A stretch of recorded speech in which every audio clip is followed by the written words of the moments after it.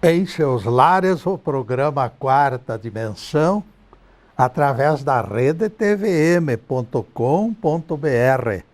o canal da maior e melhor cobertura local. 3 de junho de 2016, 17 horas. Quando deparamos preconceito nas palavras do apóstolo Paulo, nós compreendemos, porque a Bíblia tem lado humano, não inspirado. Escreveu Paulo: conservem-se as mulheres caladas das igrejas, porque não lhes é permitido falar. 1 Coríntios 14, versículo 34. Pelo conjunto maravilhoso da obra de Paulo, nós admiramos a sua figura dinâmica. Mas, neste caso, qualquer um de nós colocará reparos. Paulo foi decisivo na consolidação do cristianismo, ninguém nega. No que concerne às mulheres, todavia, a sua posição é insustentável, servindo apenas para provar que a Bíblia exige interpretação cuidadosa.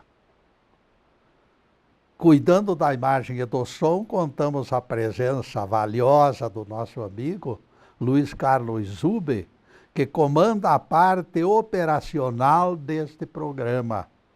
Com ele na técnica, temos a certeza de ótimo som e imagem perfeita.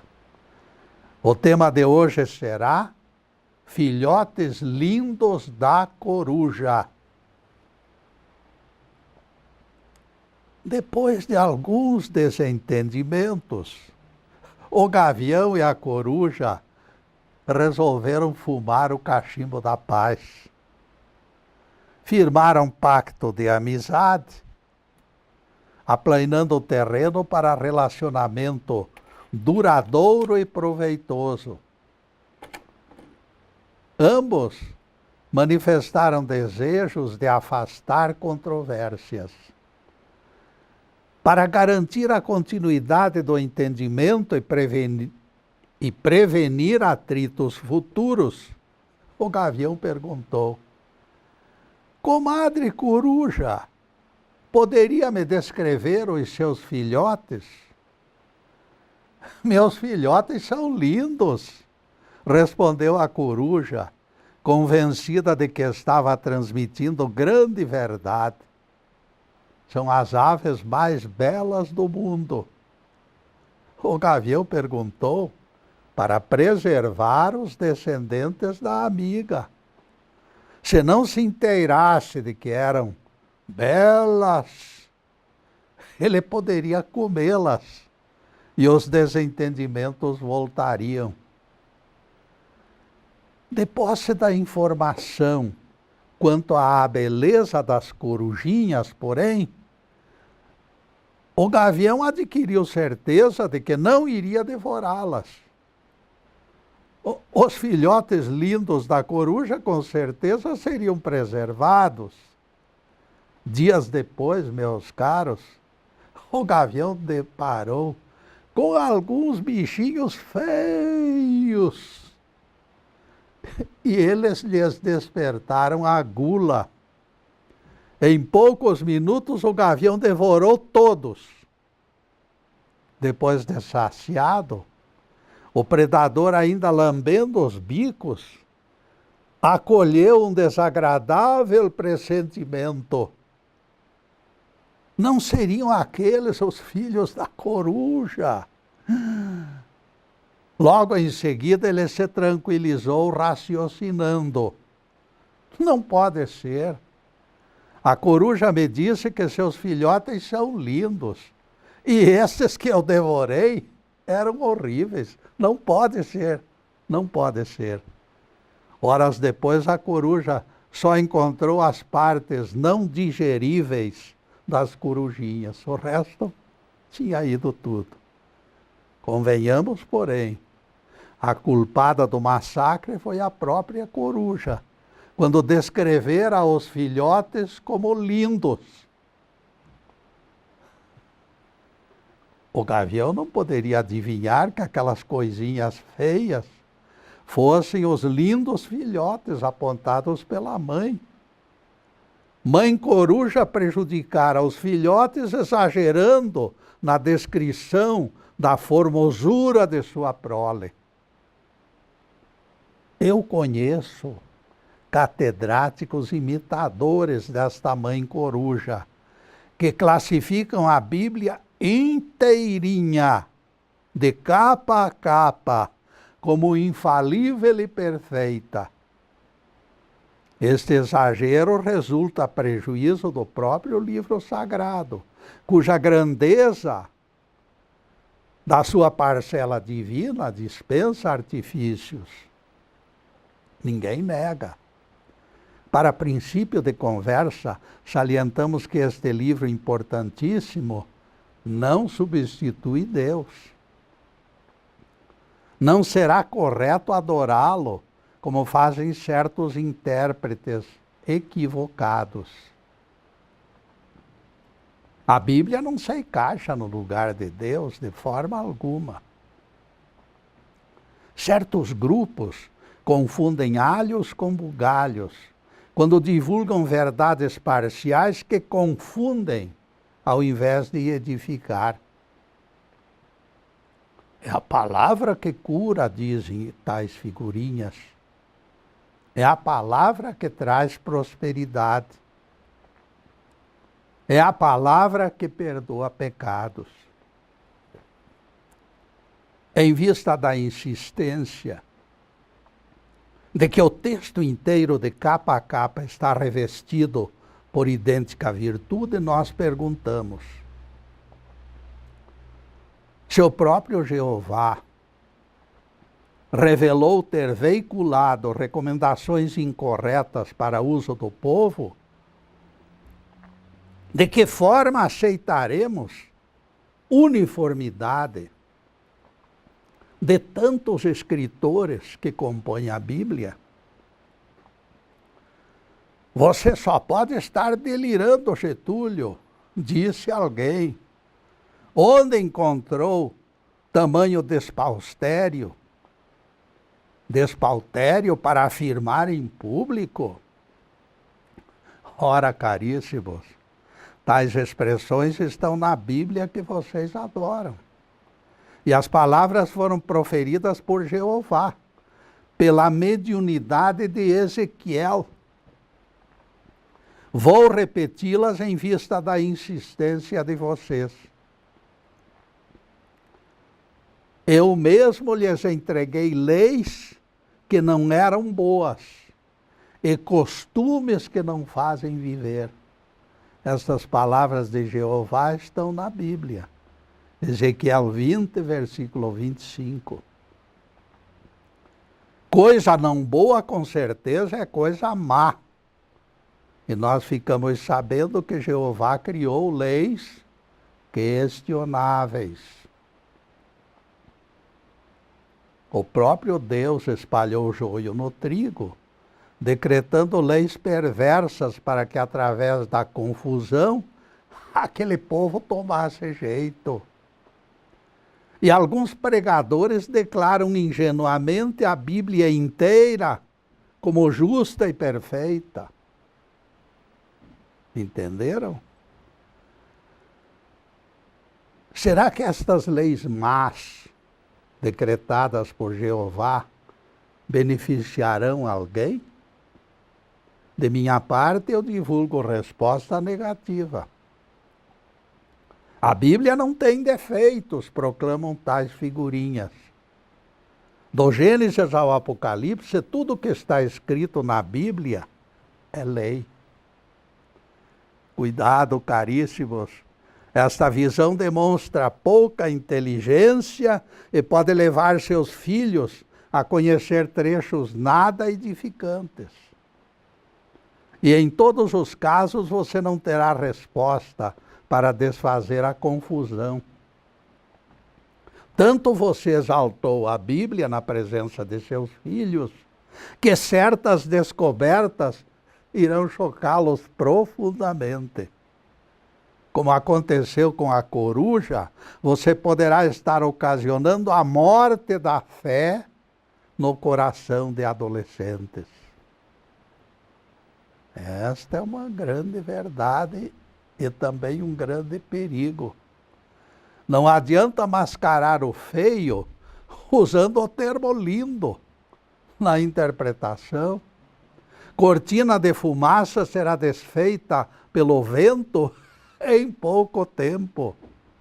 Quando Moisés manda matar os inimigos, isto jamais poderá ser admitido como exemplo. A Bíblia tem páginas maravilhosas ao lado de trechos deprimentes. Ela contém preceitos que não edificam. Quem defender o contrário estará na contramão da realidade. Eu vou citar 2 versículos e depois farei uma pergunta. Tais preceitos serão palavras de Deus? Vejam o que diz a Bíblia. Entregue licor aos aflitos, capaz de embriagá-los, e vinho aos amargurados. Isto para que bebam e esqueçam sua pobreza e não lembrem mais da sua dor. Provérbios 11, versículos 6 e 7, palavras de Salomão. E nesse Salomão, meus caros, nós vamos fazer uma pequena interrupção em nosso programa para os comerciais do canal, mas é um instantinho só. Daqui a pouco estaremos de volta. Obrigado.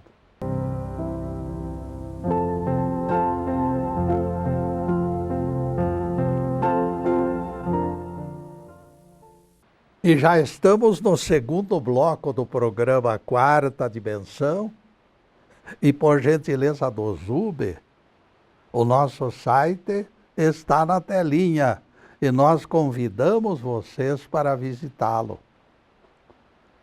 Vocês podem avaliar o trabalho deste apresentador de 2 maneiras.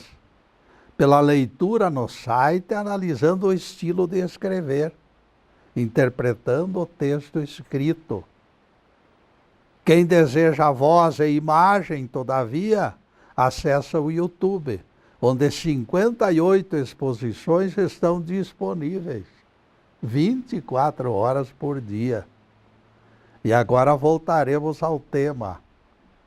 Filhotes lindos da coruja. Imaginem, meus amigos, só imaginem, se alguém ainda imaturo abre a Bíblia exatamente nesse lugar. Imaginem se os governos decidissem resolver problemas sociais distribuindo vinho para que os carentes disfarcem a fome. Seria um fim de mundo. Bebam e esqueçam a pobreza, diz a Bíblia. E os governantes imitariam o texto bíblico e diriam ao povo: bebam e disfarcem a pobreza. Este trecho, meus amigos, poderá ser aceito como palavra de Deus? Eu tenho minhas dúvidas. Sou bem contra isto aí. No que me concerne, eu não acredito que assim seja. Se eu defendesse uma Bíblia infalível de capa a capa, ficaria sem argumentos no momento de justificar este preceito esdrúxulo. É motivo que me força a selecionar os textos, tomando como gabarito os ensinamentos de Jesus, porque os ensinamentos de Jesus são perfeitos. Jesus falando de minha parte, será imediatamente aceito. Os demais trechos, porém, têm que passar por este gabarito, o gabarito do nosso Rabi. Se a Bíblia inteira fosse algo divino, todos os seus livros teriam a mesma importância. E nós sabemos que isto não é verdade. O Sermão da Montanha é superior ao Pentateuco mosaico. Não podemos colocar em pé de igualdade o que escreveu Salomão e o que disse o nosso Rabi. Afirmar coisa diferente é zombar da inteligência dos leitores da Bíblia. Ou vocês acham certo dar licor aos aflitos para que esqueçam o sofrimento através da embriaguez? Para que eu continue gozando sanidade mental, eu não posso aceitar tal preceito como palavra de Deus. Está na Bíblia, dizem eles. Nem por isso o ensinamento deixará de ser enganação. É a minha resposta. Desde quando a embriaguez poderá solucionar problemas? Nesta altura, alguém me aponta como adversário da Bíblia. Eu volto aos lindos filhotes da coruja. Se a coruja tivesse sido realista, dizendo a verdade ao gavião, a sua ninhada não teria saciado a gula daquele predador. Apontando a Bíblia como é, sem disfarces enganadores, eu tenho consciência de que estou valorizando as Escrituras. Em todas as circunstâncias, meus caros, será importante e bem melhor apontarmos a verdade. A verdade, por mais dura e por mais cruel e por mais sofrida que seja, será sempre o melhor caminho. Não adianta cobrir o sol com peneira. Duas coisas são inegáveis. Palavras de Deus 100% seguras são as comunicações mediúnicas de Jeová através dos profetas. Palavras de Deus, meus caros, também nós encontramos nos evangelhos de Jesus, nas palavras proferidas por ele. Fora estas duas vertentes, o restante da Bíblia teve participação de mãos humanas. Por mais que se alegue a inspiração do Espírito Santo, o dedinho humano, mais ou menos sujinho, deixou sua marca. As Escrituras Sagradas versam temas edificantes. Figuras extraordinárias são focalizadas em suas páginas. Os patriarcas são exemplos de abnegação e coragem. Naquela figura que se chamou José do Egito, eu nunca encontrei mácula. E também no profeta Daniel. Moisés foi perseverante no cumprimento de sua missão libertadora. Paulo foi apóstolo incomparável. Todos eles, porém, meus caros, foram limitados em sua grandeza porque não eram perfeitos. Nenhum deles era perfeito. E, portanto, todos eles tiveram máculas. Alguma coisinha sempre aconteceu para denegrir a imagem daquelas criaturas. Assim como Jeová não impediu que Caim matasse Abel, Deus deixa nossas mãos livres para escrever em verdades. Nós podemos escrever em verdades. A manutenção do livre-arbítrio vale mais que as consequências nocivas que ele possa causar. Eu sou livre para divulgar a doutrina que eu acho certa. Pagarei caro se for leviano e ganancioso. Nos pontos em que a doutrina de Paulo confirma Jesus, aplausos para o apóstolo Paulo. Este mesmo aplauso nós estendemos a todos os demais escritores da Bíblia, quando expõem verdades dentro das linhas mestras do Evangelho. Os salmos são trechos inspirados de louvor e de gratidão a Deus. Sei disso. Frequentemente eu utilizo os salmos em minhas pregações. E isto não impediu, porém, que o salmista colocasse suas manguinhas de fora. O dedinho sujinho esteve presente também nos salmos. Encontramos algo frontalmente contrário aos ensinamentos de Jesus.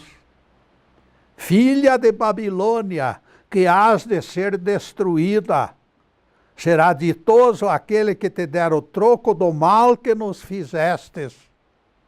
Ditoso aquele que esmagar teus filhinhos contra uma pedra.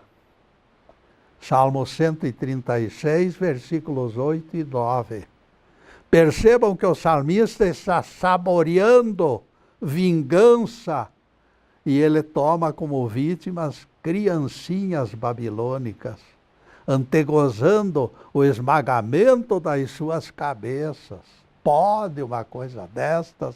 Está lá no Salmo 136, versículos 8 e 9.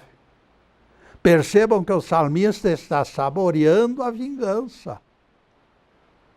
Alguém considera isto como palavra de Deus? Alguém enxerga algo edificante na figura do carrasco executando inocentes, arremessando criancinhas contra rochedos? De minha parte, meus caros, está na Bíblia, mas tal coisa eu considero manifestação de sadismo. Se eu dissesse aos meus netos que a Bíblia inteira é palavra de Deus, eles poderiam me censurar com razão, se lessem esta página. Eles diriam, desculpe, vô, mas o senhor está faltando com a verdade. Elogiar o carrasco é se tornar cúmplice do mal feito. Elogiar o carrasco será patrocinar o crime. Para valorizarmos a parte divina da Bíblia, teremos que reconhecer e selecionar páginas que o Pai Eterno entregou para seus filhos. Precisamos enxergar e reconhecer que o ser humano participou da empreitada, apesar de todas as suas mazelas. Nesta altura eu abri caminho para o contraditório. A questão das guerras no Velho Testamento é prato cheio, apontando Jeová como patrocinador da violência. Então Davi consultou a Deus: subirei contra os filisteus?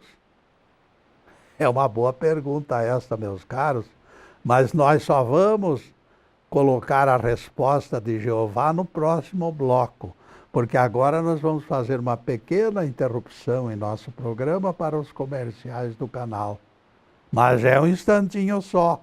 Daqui a pouco estaremos de volta. Obrigado.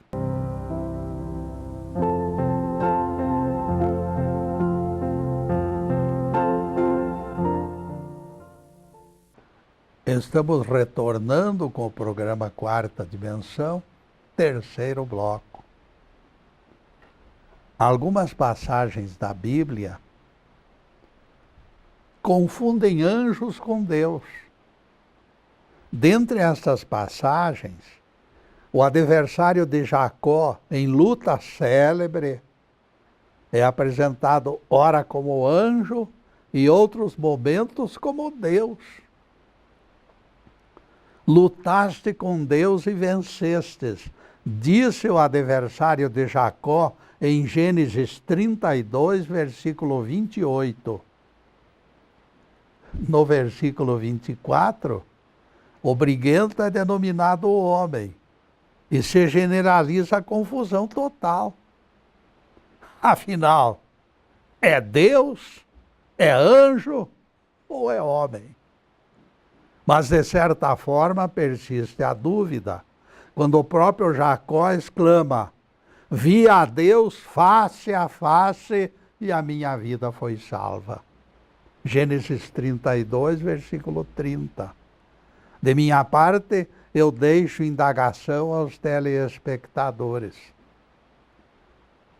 Alguém acha aceitável que Deus universal se disponha a trocar sopapos com Jacó?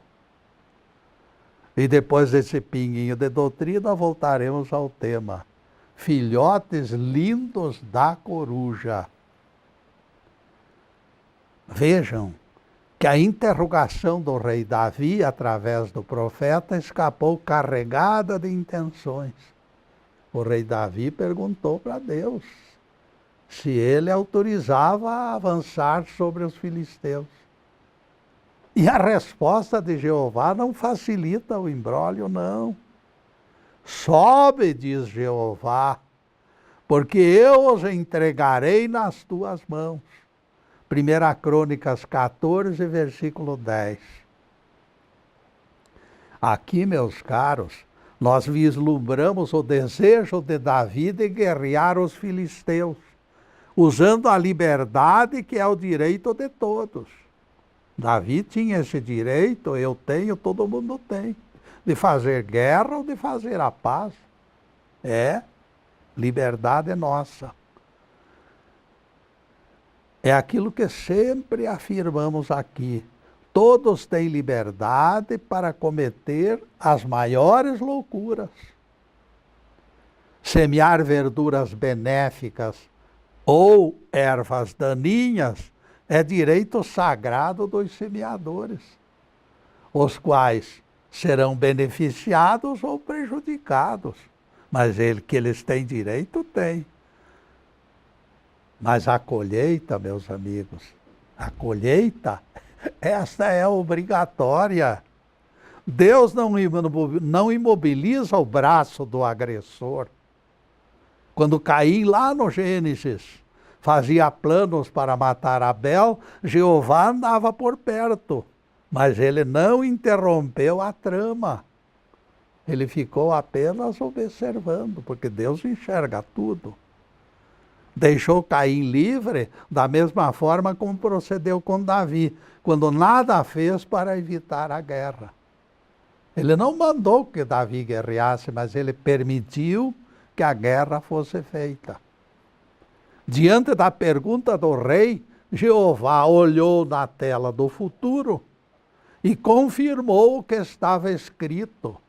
Aquela batalha seria vencida por Davi. Isso aí não representa nada de autorização para guerrear, não.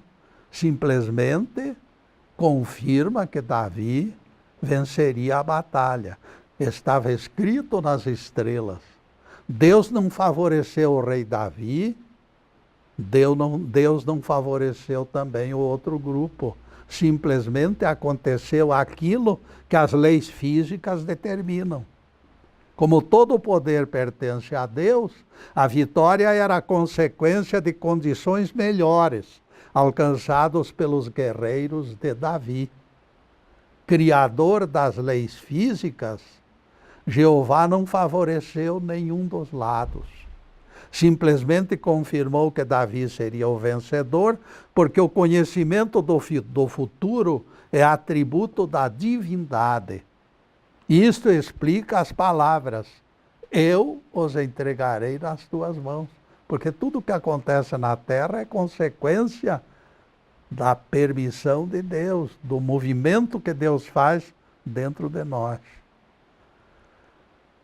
Já abordamos este assunto, meus caros. Vitória ou derrota, o Todo-Poderoso é primeiro e também o último na configuração de todos os eventos. O resultado foi trágico para os filisteus E o texto insiste na participação de Jeová. Fez Davi como o Senhor havia mandado e desbaratou os filisteus desde Gabaon até Gazera. Este trecho sugere, incentiva ao genocídio. Eu concordo. Se tal coisa fosse confirmada, meus amigos, seríamos obrigados a retirar o Nazareno da linhagem de Jeová. Porque Jeová guerreiro, Jesus pacífico, não é uma contradição. Incompatibilidade na aceitação da violência os colocaria em campos opostos. Mas este não é o caso, e nós explicaremos logo em seguida. Neste mesmo livro, encontramos confidência de Davi, mostrando que Deus jamais concordou com suas guerras. Este texto explica tudo. Meu filho, disse Davi a Salomão, a minha intenção foi edificar casa ao Senhor, mas o Senhor me proibiu dizendo, tu tens derramado muito sangue, tu não poderás edificar templo ao meu nome depois de tanto sangue derramado. 1 Crônicas 22, versículos 7 e 8. Percebam, meus amigos, o quanto é esclarecedora esta conversa entre Davi e o filho. Se as guerras do Velho Testamento fossem santas, Jeová não teria proibido Davi de realizar o sonho de sua vida, que era construir templo. Quando Deus discorda do rei e o castiga, proibindo a construção, mostra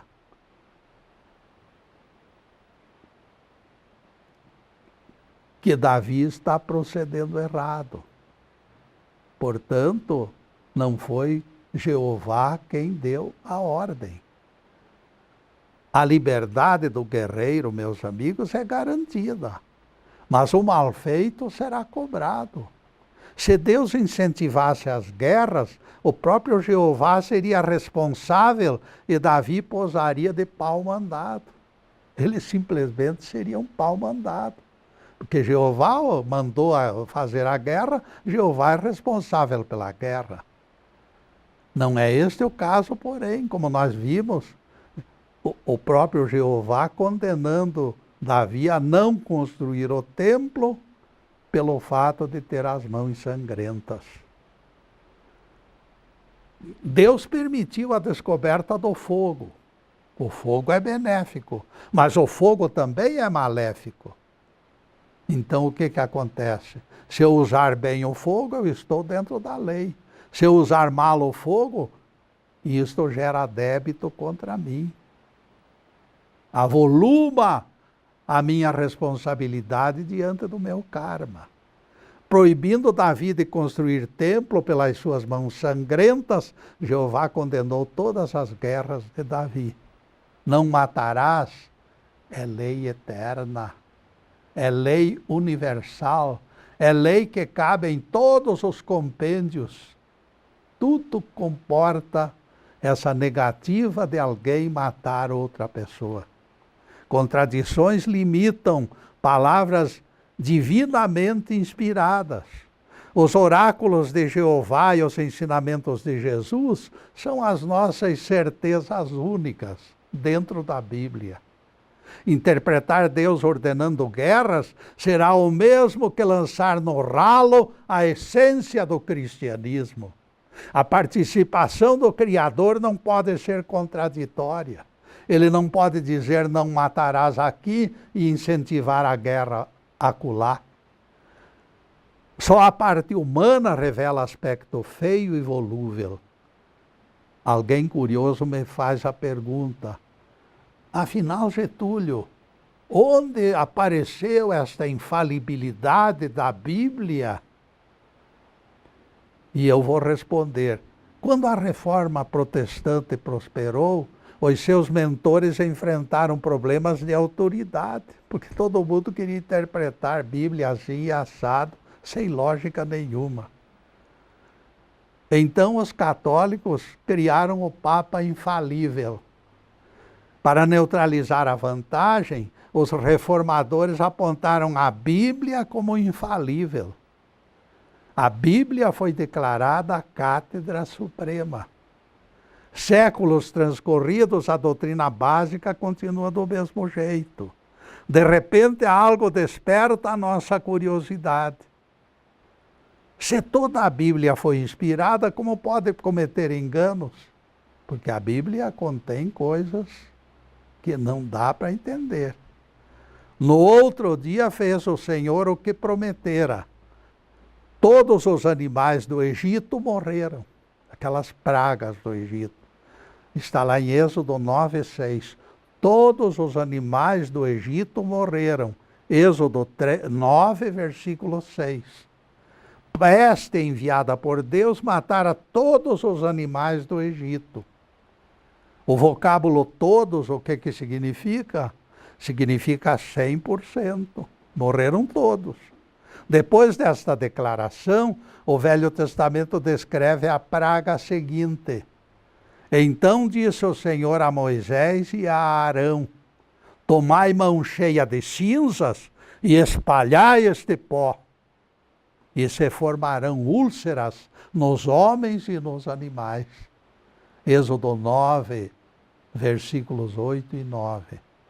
Se todos os animais haviam morrido na praga anterior, por que a repetição do castigo? Onde os animais para serem atingidos por esta praga? Admitindo-se Bíblia também humana, como nós falamos aqui, este engano seria totalmente desculpável. O homem pode se enganar. Se a Bíblia fosse inteiramente divina, entretanto, dito engano seria inaceitável, porque Deus não pode se enganar. Deus nunca se engana. Nessa altura, o Crispim dos Anjos participa da conversa. Espera aí, Getúlio, alto lá. Analise o que diz o livro Números e você saberá que foi Jeová quem lançou as pragas. Não foi Jeová quem lançou as pragas.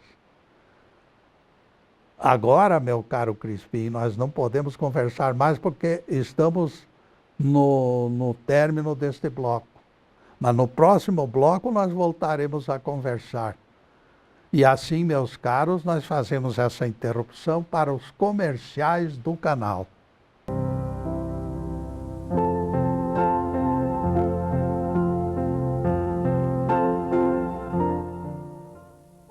E passaremos agora ao último bloco do programa Quarta Dimensão. E anotem na agenda. A partir das 17 horas da sexta-feira, nós sempre temos aqui páginas do Evangelho e da Bíblia para explicar sem algemas. No próximo encontro, dia 10 de junho de 2016, o tema será Desiguais podem chegar juntos. Em seguida, os últimos questionamentos sobre o assunto em estudo. Filhotes lindos da coruja. Então o Crispim dos Anjos continua me explicando a sua objeção. Moisés de Cádiz enviou mensagem ao rei de Edom. Foi a explicação que o Crispim me deu. Está na Bíblia. Vejam o que diz a Bíblia. Nós habitamos muito tempo no Egito, escreveu Moisés, e os egípcios maltrataram os judeus.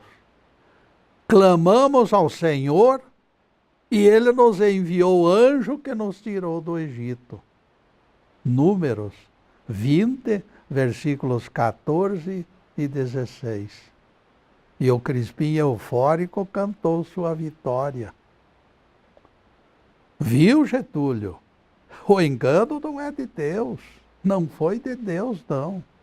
O engano é do anjo que tirou os judeus do Egito. tentando me contradizer, caríssimo Crispim. Você está me confirmando.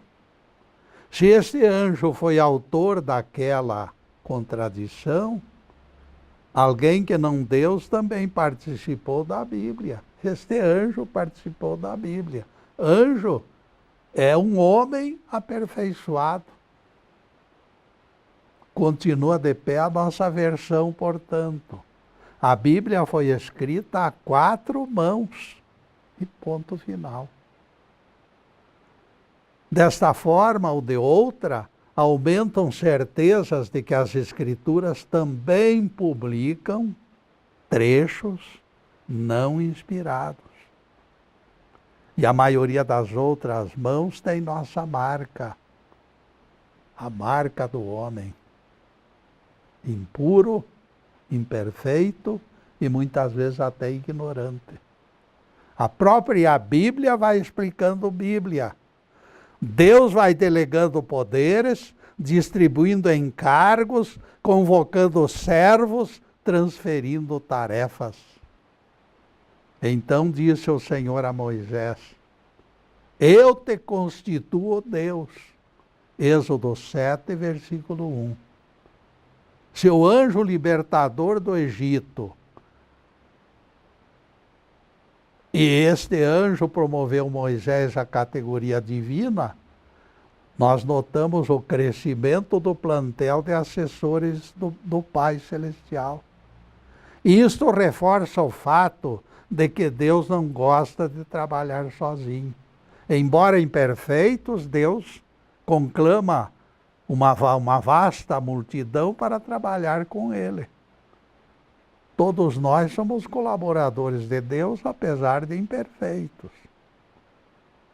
E nós perguntamos então neste embalo: será possível negar que o homem participou na montagem da Bíblia? No meio das controvérsias, ressalta-se a evidência.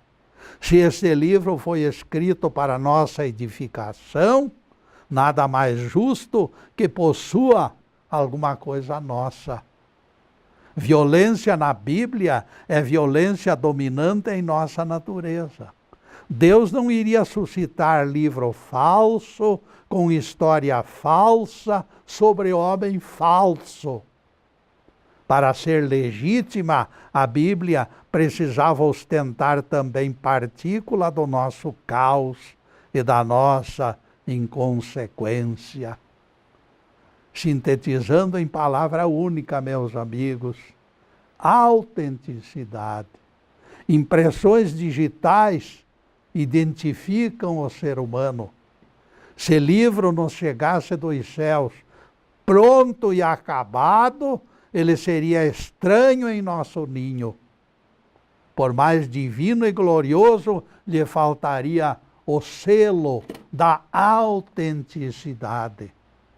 Bíblia que mascarasse nossa imperfeição não estaria sintonizada com o tamanho da nossa humanidade. Expor a verdade em todas as ocasiões será sempre a atitude certa. A coruja teria que dizer para o gavião: meus filhotes são feios como eu. E eles não teriam sido mortos. Luz muito intensa para olhos desacostumados deslumbra e cega. Imagine só, excesso de luz faz o homem, cega o homem.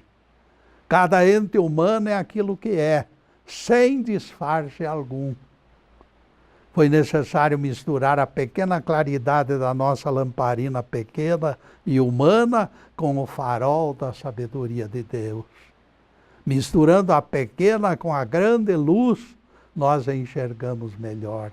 Misturando as mãos de Deus com as nossas, saiu esta Bíblia que tem o retrato de Deus, mas tem também o nosso retrato. Quando o profeta Eliseu amaldiçoou 42 crianças que o chamavam calvo, ele mostrou o limite da sua humanidade. Ele integrava a parcela humana das Escrituras. Por artes mágicas, ele consumou aquele crime horrendo. 2 ursas apareceram e despedaçaram 42 crianças. Está na Bíblia, 2 Reis 2, versículos 23 e 24. E isto não aproxima a Deus da violência, não. Eliseu agiu com liberdade por sua conta e risco, distanciado de qualquer inspiração. Simplesmente, Eliseu abusou do seu livre-arbítrio. Jeová lhe concedera poder para desempenho da sua missão. Eliseu usou a ferramenta emprestada de Deus para destruir e terminou escrevendo página deprimente que agravou o seu karma. Antes que o gavião devore a inocência dos nossos adolescentes, vamos dizer a eles que Eliseu estampava o rosto feio da vingança. Vamos falar a verdade para os nossos filhos. Que todos os gaviões saibam que existe fealdade em partes da Bíblia, onde o ser humano rabiscou com os seus dedos sujos. Usar mentira, meus caros, será perigoso. Deixemos a mãe coruja se iludir com os seus filhotes lindos. Para nós, o compromisso supremo é contar a verdade. A verdade pode até ferir e magoar, mas ela tem que ser dita. Não permitamos que notícia falsa conduza gavião para o ninho dos nossos filhos e dos nossos netos. Não permitamos que os nossos filhos e netos considerem o profeta Eliseu como o santo só porque ele é personagem bíblico. Vamos treiná-los no uso correto das Escrituras. Poderemos desenhar a pirâmide onde no alto escreveremos o nome que significa poder, Jesus de Nazaré. Ele com certeza é nosso Cristo, o nosso caminho, a nossa verdade e a nossa vida. Enquanto Eliseu amaldiçoa, Jesus recomenda perdão. Contradizendo Moisés, pregoeiro da vingança, o Nazareno utiliza a força da prece que empolga e abençoa o próprio inimigo. Enquanto Salomão prega o aniquilamento definitivo, o nosso rabi aponta a Deus como Deus de vivos e não de mortos. Se Paulo de Tarso, irritado, faz calar as mulheres, Jesus as exalta e perdoa. Jesus permite que a Madalena beije os seus pés cansados da viagem na casa de Simão o leproso, e ela os lava com suas lágrimas e os enxuga com os seus cabelos. Se Pedro foge de Roma com medo do imperador e dos perseguidores, Jesus retorna e se apresenta para ser crucificado pela segunda vez. Este é o ponto central da Bíblia, meus caros. O nosso Cristo, o nosso Rabi, o Rei imortal dos séculos. Louvado seja Deus. Que o Senhor nos abençoe e nos guarde. Que o Senhor faça resplandecer o seu rosto sobre nós e tenha misericórdia de nós. Que o Senhor sobre nós levante o seu rosto e nos dê a paz. Louvado seja o nosso querido Deus Pai. Louvado seja o santo nome de Jesus, o nosso Cristo. Obrigado, Deus. E na próxima semana, sexta-feira, meus caros, dia 10 de junho de 2016, a palestra será Desiguais Podem Chegar Juntos. Muito obrigado pela presença de vocês, pelo carinho de vocês, pela solidariedade de todos. De coração eu agradeço. E peço ao Pai Celestial que cubra de bênçãos todas as famílias, todos aqueles que estão em sintonia conosco. Que o nosso querido Deus e o nosso Jesus possa abençoá-los com saúde, paz, harmonia, tudo de bom, mas acima de tudo, amor no coração. Muito obrigado, meus amigos, e boa noite.